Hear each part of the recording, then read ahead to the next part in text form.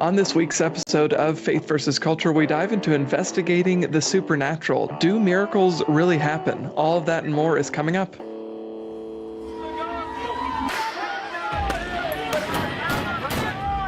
have sex before you marry is a bad idea. Don't tell me there's no such thing as gun violence. That just depends on your definition of when life begins. There are problems of sin and habit that cannot be solved outside the person of our Lord Jesus Christ.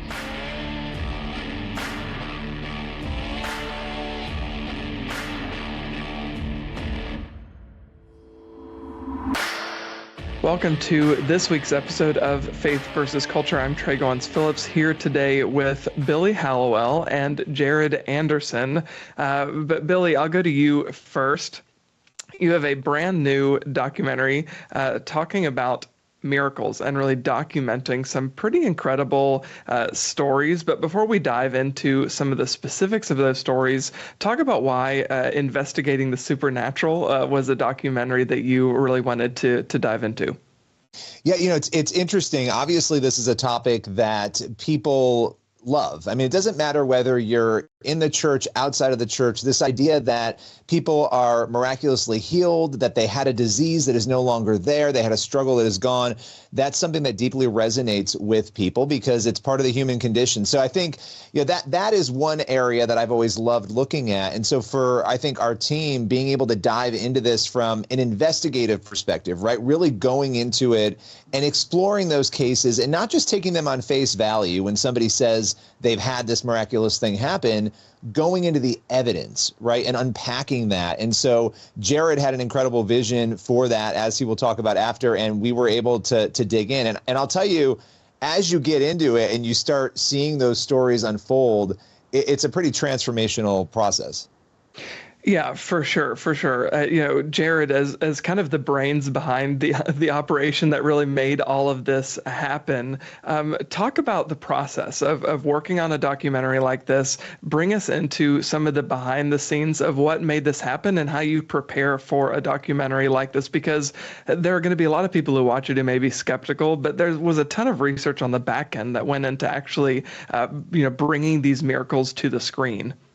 Sure. Yeah, I think it actually ties into a bit to my own story. I mean, I was a skeptic, a former skeptic.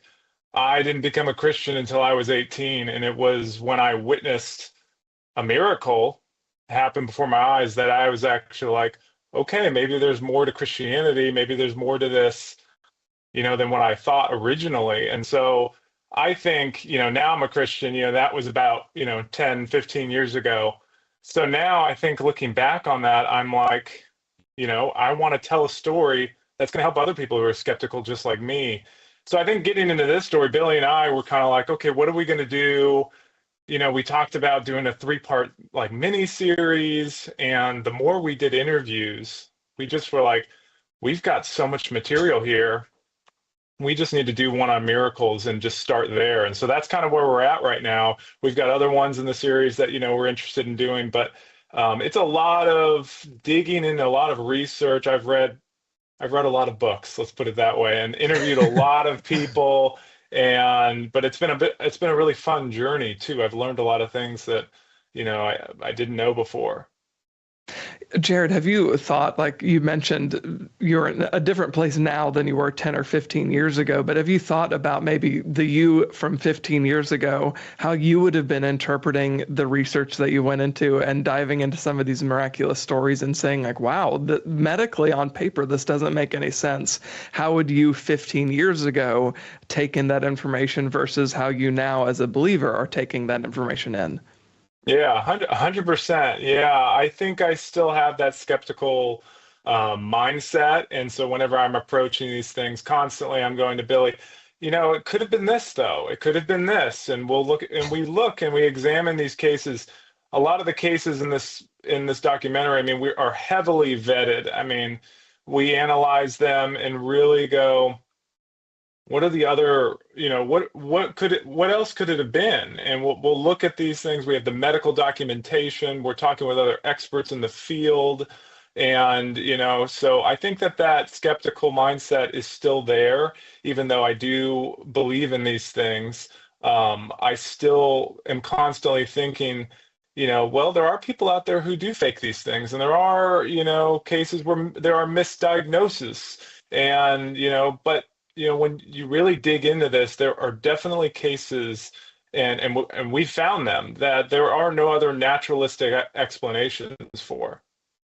Mhm. Billy, I think that raises an interesting question, right? We should be skeptical, especially as journalists. You want to investigate these things and make sure that we've buttoned up all the details. You've been at this in media now for a long time, so you're used to this kind of investigative work. But as Christians, we also don't want to be cynical, right? I want to be skeptical and get all the facts, but I don't want to be cynical. And I want my mind and my heart to be open to the possibility of something pretty incredible, pretty miraculous unfolding. So talk some about that as carrying those two perspectives, I guess, of being a journalist who wants to get all the facts right, but also being a Christian whose mind and heart is open to the supernatural.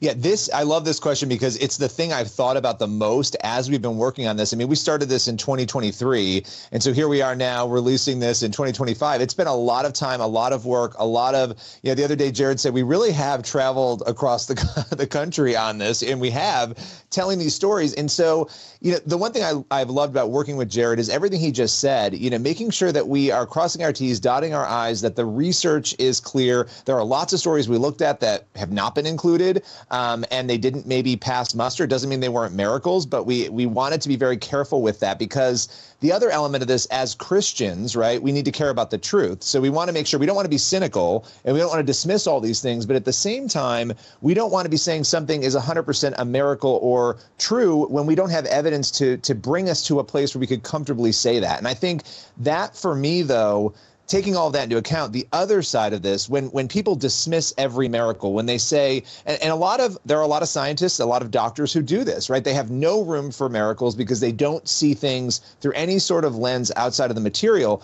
The danger of that is there are people potentially, and this came through, and you'll see this in the documentary, who are not getting the help that they might need, the spiritual help they might need. They're maybe not even doing the sort of praying they need to do, the trusting they need to do to get to healing. And so there's actually a danger in overemphasizing stories without evidence, but I think there's even a bigger danger in underemphasizing and trying to dismiss everything and say, oh no, there has to be a natural explanation, when really there could be a great prescription there for healing that people might not be seeing. And I feel like the journey sort of led us to a place where we were able to very clearly see the balance that is needed in how you address these things.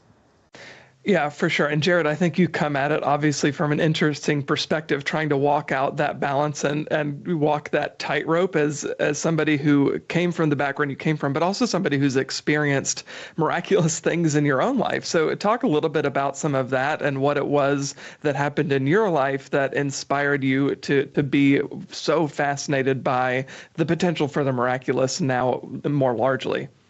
For sure, yeah. Well, I think one of the main things was I witnessed a healing. There was a young girl at a conference who could not run. Her knees were bent inwards, and after prayer, she began running around the conference room. And here's a 6, 7, 8-year-old little girl running around and claiming these things. It was amazing, and her reaction, and it really jarred me.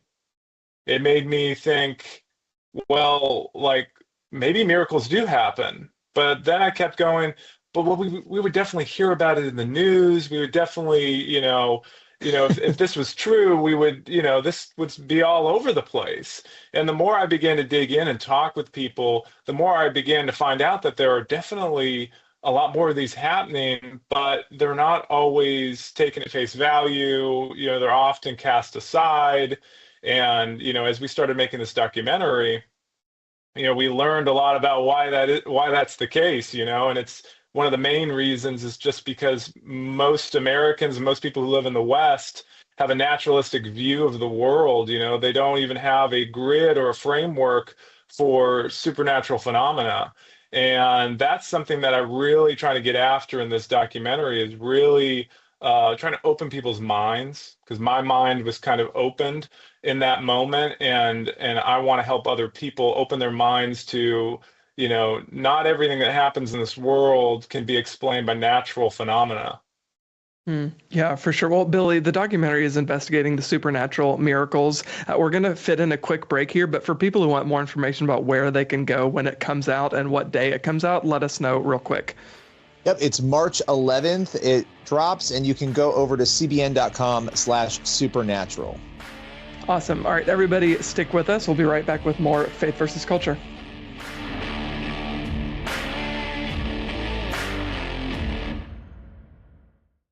And I slipped. I couldn't use the whole right side of my body. I went from having a promising career as a neuroscientist to having a medical death sentence. People would pray for me, and sometimes it felt like this power that just zapped me. So how do you know this wasn't psychosomatic, a misdiagnosis, something that was being missed in that process? Are miracles real? Do they happen today? Let's investigate.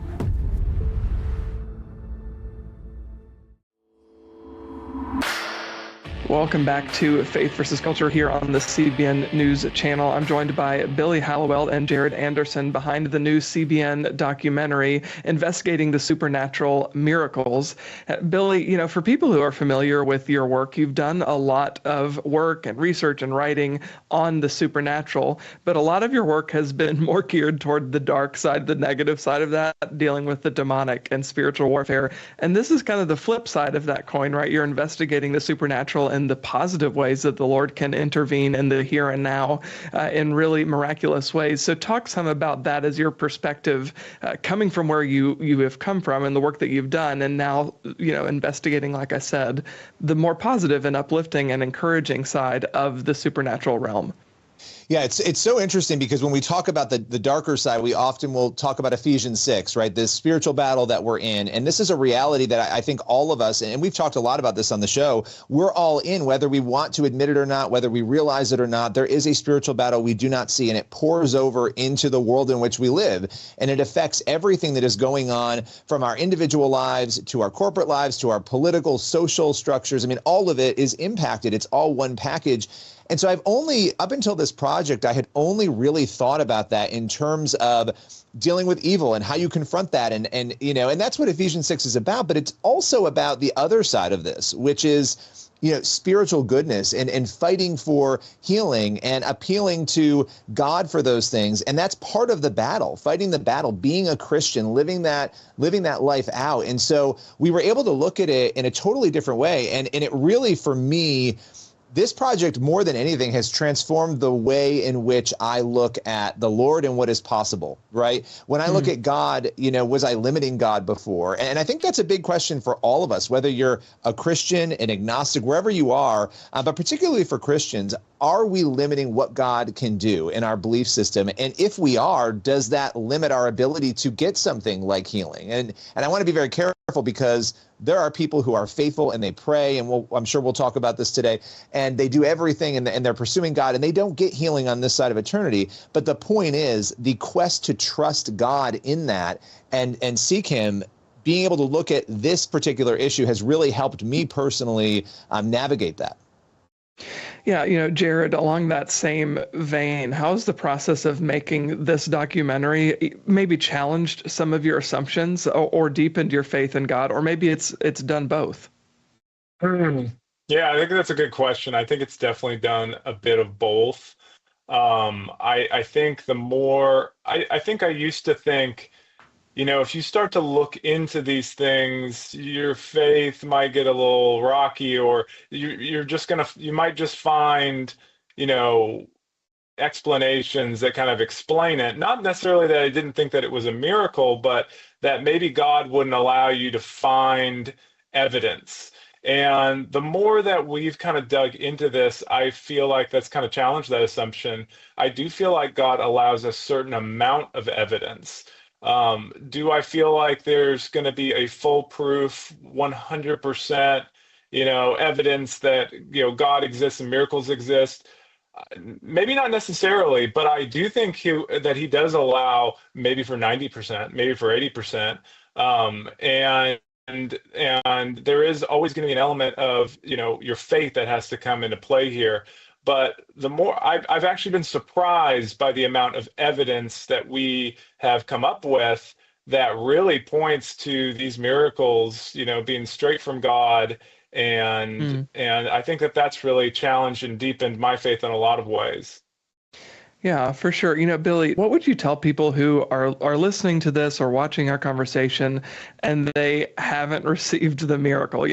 What do both people, the people who are getting the miracle and the people who maybe are still waiting on a miracle, hoping that it happens on this side of eternity, what does that reveal in both scenarios about the goodness and the sovereignty of God? Because I think it's easy to look at the goodness of God and acknowledge it when the miracle does happen, right? But when the miracle doesn't happen, that doesn't actually call into question whether God is good or not. But I think that's hard for us sometimes to reconcile. Yeah, and I'd love for Jarrod to jump in on this after too, because it's incredibly important, and we deal with this in the film because this is not a film where we're sort of whitewashing that and ignoring it. It has to be dealt with because it's part of the process. But when you look at Scripture, you see Paul was dealing with a thorn. We don't know what it was. There's lots of ideas about what that was that he didn't seem to get any relief from, right? We see a woman who's suffering for 12 years and with a problem with bleeding, and she's so desperate, going back to that desperation, that all she wants to do is reach out and touch Jesus's cloak, and knowing that if she does, she can get healing. And she does end up getting healing, right? So, but she waited 12 years and suffered and gave up all of her money and everything in the process. And so we have to understand this all comes back to trust. And I think that is the toughest part, right? Not knowing, am I going to get the healing on this side of eternity? Am I going to get it on the other side of eternity? And when we fully trust in God, I think it transforms how we look at all of this. We fully believe that a healing is possible. We trust him for it, but we're comfortable. And this is a very hard place, I think, for people to get. We all struggle with this, I think, but we're comfortable with whatever is decided in God's plan. And that's a really tough tension point. But I would encourage people to trust. I always say, if you don't have peace, pray for it. If you don't have hope, pray for it. If you are struggling, pray for relief, and really trust that no matter what happens, I don't want to just candy coat this answer, but I think this is important, that we trust that God will do what is in his will. Yeah, for sure. I think, God says that he will give us peace when we ask for it, right? He'll give it to us in abundance. And he says he'll give us wisdom when we ask for it. So, but sometimes we have to be okay with realizing that peace and that wisdom is not going to look maybe the way that we thought it was going to look, and we have to be okay with that as believers. Jarrod, I wanted to get your thoughts, if you wanted to chime in on anything Billy just said when it comes to wrestling with that issue of doubt. Yeah. One of the things that one of our theologians in the documentary said that really stands out to me right now is that, it ties in with what Billy said, faith is trust. But another one of them said to me that we got to be careful that we don't have faith in our own faith. And that really has stuck out to me, that sometimes we feel like we can just will it. We can just, that we can, in some kind of our own power, make something happen. And and he really kind of came against that. And it made me really think about, this life of faith, and especially when it pertains to miracles, that, we can have our faith, but we can't make these things happen. We can't, but there is, at the same time, there's this dynamic of desperation that plays into that. And every one of the stories in this documentary, there's an aspect of people being desperate and doing whatever they think they can do. God, would you heal me? They would go to all these healing, every one of these stories, they're going to all these healing meetings, constantly seeking, God, that he would heal them. And so there's this interesting, balance of, of faith and desperation. And sometimes it's not always clear. And sometimes, it's a challenging journey. I think each of us on this call, we probably each have our own story of things that we're navigating in our own personal lives. So, I'd like to say it's black and white, but it can be challenging navigating that. Yeah, for sure. Well, everybody stick with us. We'll be right back with more Faith versus Culture.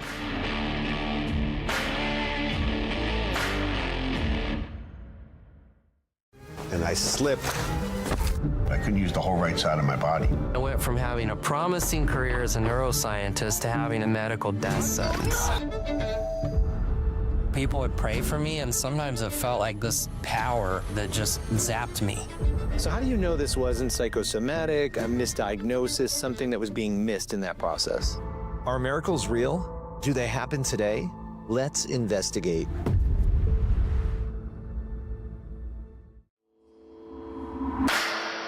Welcome back to Faith versus Culture here on the CBN News channel. You know, Billy, we've talked so much about this documentary and just the different assets or aspects of what it is to investigate miracles, right? Especially as believers. And for people who are going to go in and they're going to watch this documentary, they're going to stream it by the DVD, whatever. What are you hoping that they take away from watching this? You know, I'm hoping that ultimately they're open to what God is doing, no matter where they are in their spiritual journey, whether they're in the church, outside of the church, that they have an open heart and open eyes, and that they're willing to look at the evidence and see where it brings them, and not allow their presuppositions to make that an impossibility for them. I've heard from people already who have seen screeners and watched it, how they have been challenged by it. They have been very emotional. The stories are very emotional. So I'm hoping there's a deep spiritual impact on those who do watch this film. Yeah, and I wanted to jump in too and just say that, you know, I feel like people are looking for hope. And I feel like this documentary really shows that, you know, that we can hope, that we can have hope in dire situations where, you know, loved ones, you know, are facing medical crisis. You know, life can be so challenging. And so I really feel like I want people to walk away from this documentary having a deeper sense of hope and trust in God, and that, you know, that there is solid evidence that does point toward the miraculous. And, you know, the other aspect of it for people who are really skeptical, I want them to walk away and go, well, if miracles are real, then God must be real, because that's the only other conclusion you can really draw.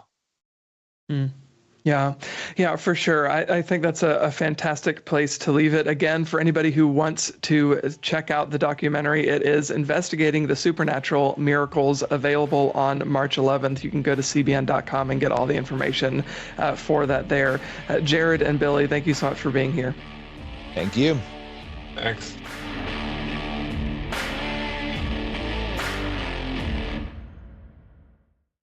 And I slipped. I couldn't use the whole right side of my body. I went from having a promising career as a neuroscientist to having a medical death sentence. People would pray for me, and sometimes it felt like this power that just zapped me. So how do you know this wasn't psychosomatic, a misdiagnosis, something that was being missed in that process? Are miracles real? Do they happen today? Let's investigate.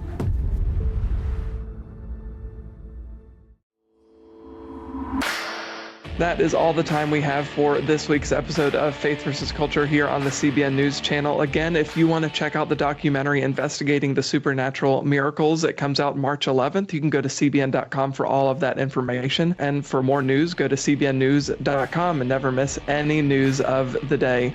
Thank you so much for being here, and God bless you.